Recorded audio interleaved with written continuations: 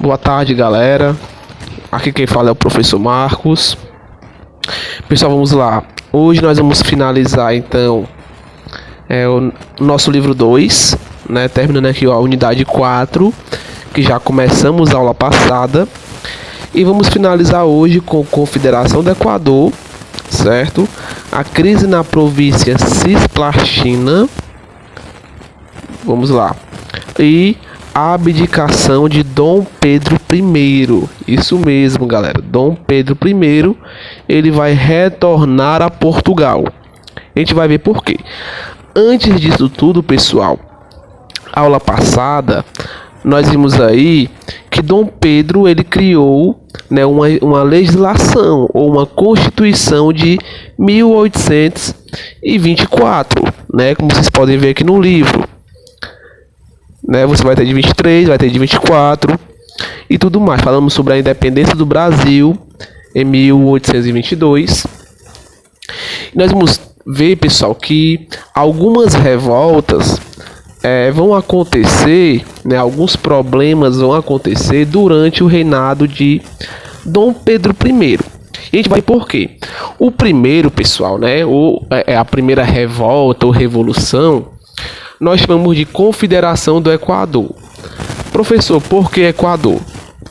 Galera, Equador, porque os estados que fizeram essas revoltas ficam próximos da linha do Equador, né? A gente vai ver quais são esses estados. Vamos lá. Professor, por que eles estavam querendo se revoltar?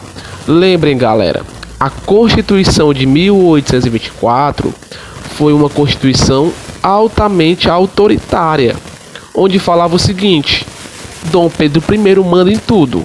Inclusive, ele tá igual a Deus ali, né? Mandando em tudo que ele quiser.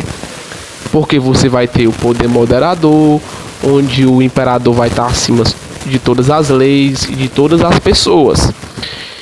E outros problemas que vão acontecer, galera, é que o Brasil começa a passar por uma crise, né, uma crise econômica, principalmente o Nordeste brasileiro, né? Vocês podem olhar aqui no terceiro parágrafo, ó. Nesse período, o Nordeste brasileiro estava passando por grave crise econômica. Por quê? Porque vai ter uma queda dos preços do açúcar, do fumo, do algodão e ainda mais, mesmo os preços caindo, Dom Pedro I continuava a cobrar impostos muito pesados. Então, a galera lá do Nordeste não achava isso justo e falava o seguinte: cara, eu vou querer me separar, eu vou querer me tornar independente. Lembra da Inconfidência Mineira?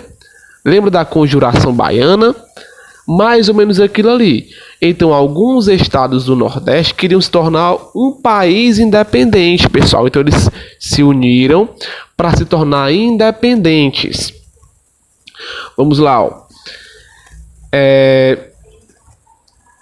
Esse conjunto de fatores fizeram a imagem de Dom Pedro I decair na população nordestina, que já não o apoiava mais como antes. Um grupo de revoltosos formados por comerciantes, produtores rurais e camadas urbanas reuniram-se em defesa do fim do absolutismo e pela autonomia das províncias. Ou seja, vários nordestinos, principalmente comerciantes, produtores rurais, eles se reuniam e falavam assim: olha, a melhor forma agora da gente ganhar dinheiro, da gente realmente enriquecer, é nos tornando uma província separada, sendo uma província independente, né? Então esse sentimento anti-lusitano, né, anti-Portugal, foi muito constante nesse período, galera. E aí o que vai acontecer? Você acha que Dom Pedro vai aceitar? Porque eles se declararam independentes. Não, a partir de agora nós somos independentes, né? Será que Dom Pedro I vai deixar? Será que ele realmente vai aceitar a separação? Olha aí, ó. No dia 2 de julho de 1824, após a demissão do presidente da província de Pernambuco, por Dom Pedro I, os pernambucanos romperam com o Império, proclamaram uma república e formaram a junta governativa, União dos Líderes Revolucionários, que assumiram o governo pernambucano. Olha aí, galera. O que vai acontecer? Quando existe a demissão do governador de Pernambuco, na época era chamado de presidente, mas é como se fosse o governador de Pernambuco. Os líderes revoltosos, não. Essa foi a gota d'água. Então vamos nos unir e vamos agora proclamar uma independência, né? Quem que vai se juntar a Pernambuco, professor? Alagoas, Paraíba, Rio Grande do Norte e o Ceará. Olha aí, pessoal. Vou falar um pouquinho já sobre o Ceará. Quem aqui, né, quem está assistindo essa aula, já andou no passeio público lá no centro da cidade? Foi a primeira praça de Fortaleza. Fica próxima ao mar. Deixa eu mostrar as imagens para vocês. É uma praça que é muito arborizada. É uma praça que ela é muito famosa por ter uma árvore com um tronco bastante grosso. Olha aí, ó. Esse daqui, hoje nós chamamos ela de passeio público. Talvez vocês já tenham visto essa praça, ó, passeio público.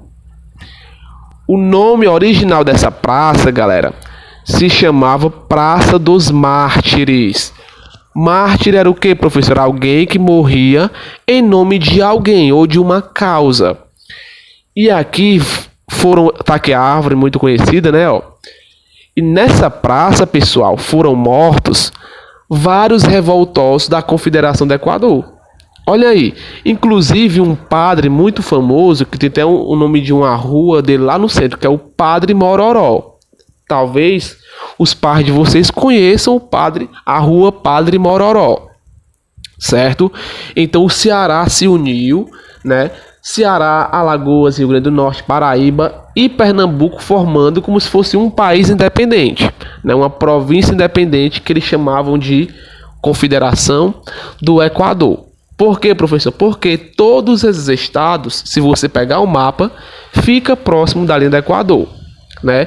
E talvez o principal líder foi um pernambucano, né, chamado aí de Frei Caneca, que também foi fuzilado, certo? Vamos lá. E aí, ó, você vai ter uma revolução. Dom Pedro ficou quieto, professor? Claro que não.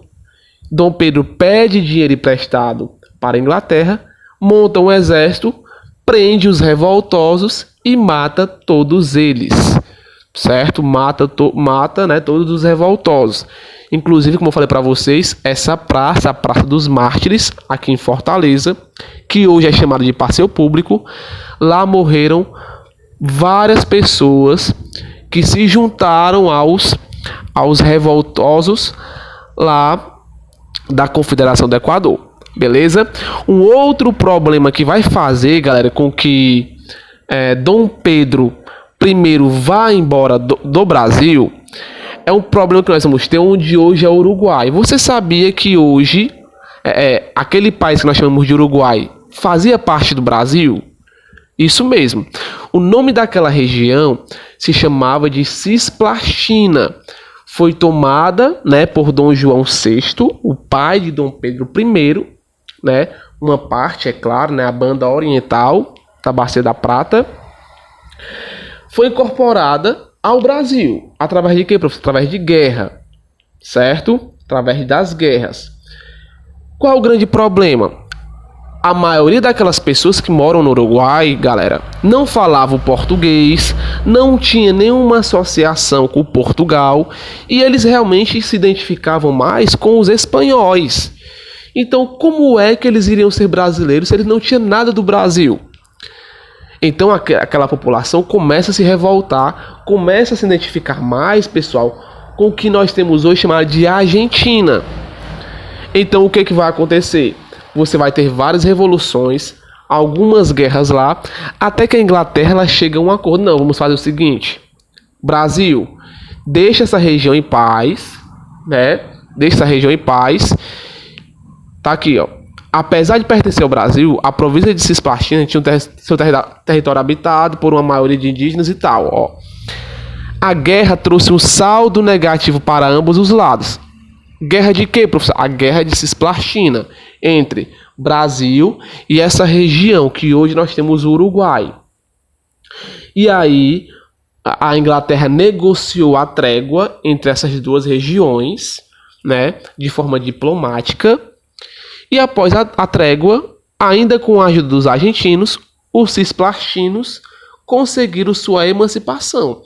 E aí, pessoal, quando tem essa trégua entre Brasil e essa região de Cisplastina, entram em um acordo e aí eles declaram o quê? Independências, formando o que nós chamamos hoje de Uruguai. Ou seja, o Uruguai já pertenceu ao Brasil.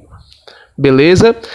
E aí, pessoal, você vê que todo esse processo de matanças, de revoltas, de crise econômica, vai fazer com que Dom Pedro I seja odiado pelos brasileiros, certo? O povo brasileiro não acredita mais no imperador. E aí começam a pedir o quê? O fim, né, de Dom Pedro I no Brasil. E uma outra questão é, Dom João VI, seu pai, estava lá em Portugal, ele morre. E o que acontece, professor? Dom Pedro I era para assumir o trono. O que ele faz? Não, eu não vou assumir o trono agora. Eu vou mandar uma representante, né, que no caso seria a sua filha, que vai receber ali o título de Dona Maria II. Chega em Portugal. O que vai acontecer, professor? Né? Maria II, ou Dona Maria II, né, que era a filha de Dom Pedro I, ela não assume o trono. Por que ele não assumiu o trono, professor? Porque o irmão de Dom Pedro I, Dom Miguel, né, ele acaba assumindo no lugar. E aí Dom Pedro I fica perturbado. Não, quem é para assumir é minha filha, porque eu sou o herdeiro direto ao trono, não era para o meu irmão assumir. Então você percebe que Dom Pedro I estava mais preocupado com os problemas de Portugal do que com os problemas do Brasil. O Brasil passando fome, uma crise econômica séria, uma crise social e Dom Pedro I preocupado com o trono português. Certo? Então você vai ter vários problemas aí. O povo já não confiava mais nele. Ele decide, então, Dom Pedro I decide fazer o Ministério dos Brasileiros. É um ministério onde você só teria brasileiros nesse ministério para poder organizar o Brasil. Mas a população estava contra Dom Pedro I, insatisfeitos. Dom Pedro depõe todos, né, retiram todos esses ministérios e só colocam portugueses, seus aliados. E aí, pessoal, vai haver mais conflitos, mais insatisfações. E um ponto muito, muito interessante, galera, é esse daqui, ó, que está em negrito. Vocês podem ver aí, ó, a Noite das Garrafadas, certo? Vamos lá, ó. Dom Pedro I, né, ele vai até o Rio de Janeiro, né? Ele estava em Minas Gerais. Quando ele chega no Rio de Janeiro, né, você vai ter uma festa em homenagem a ele, a Dom Pedro I. Qual o grande problema? Nessa festa também tinham várias pessoas contra Dom Pedro I. E aí o que vai acontecer, professor? Vai acontecer que vai começar agora uma guerra de quê? De garrafas, né? Então é garrafa para lá, garrafa para cá. Então esse acontecimento vai ficar marcado como Noite das Garrafadas, né? Porque os manifestantes portugueses, munidos de garrafas de vidro, agrediram a população que se manifestavam contra Dom Pedro I. E aí foi a gota d'água, pessoal. Dom Pedro I já percebeu que não satisfazia mais os desejos dos brasileiros, já não pertencia mais ao Brasil, então ele decide voltar para Portugal. E aí, professor? E aí, galera, que ele deixa o seu filho, realmente brasileiro de fato, Dom Pedro II, para poder reinar. Professor, que massa! Então, Dom Pedro II já começa a reinar? Não, pessoal. Né? Dom Pedro II não era Dom Pedro II porque não podia assumir o trono. Por quê, professor? Ele só tinha 5 anos de idade, certo? No caso aqui, ele só poderia assumir quando tivesse a maioridade, 18 anos. que vai ser agora assunto do nosso próximo livro, certo? Que vai ser chamado de período regencial, onde pessoas vão assumir o poder no Brasil, enquanto Dom Pedro II, né, que no caso ali seria Pedro de Alcântara, né, ele não podia ainda assumir o trono português, certo? Então você vê, pessoal, que é uma bagunça gigante, né? Você vê realmente muita bagunça durante esse período, um pouco após a independência, certo? Então, mais uma vez, em 1831, Dom Pedro I abdicou o trono, voltou para Portugal e deixou seu filho de 5 anos para reinar no Brasil. Porém, ele não podia porque ele era menor de idade. Então, outras pessoas vão reinar por enquanto, né, até Dom Pedro II, ou Pedro de Alcântara, alcançasse a maioridade. Beleza? Então, galera, é isso. Com esse conteúdo nós finalizamos então o nosso conteúdo do livro 2, certo? E vocês vão fazer a atividade, né? As atividades da página, vamos lá, da página 508 até a página 512. Quem ainda não me entregou as atividades, cuidem em entregar para que você não fique sem pontuação. Beleza, galera? Então é isso. Abraço a todos, né? Boa prova, a nossa prova já vai ser feita. Espero que vocês não tenham nenhuma dúvida, tá bom? Até mais, galera.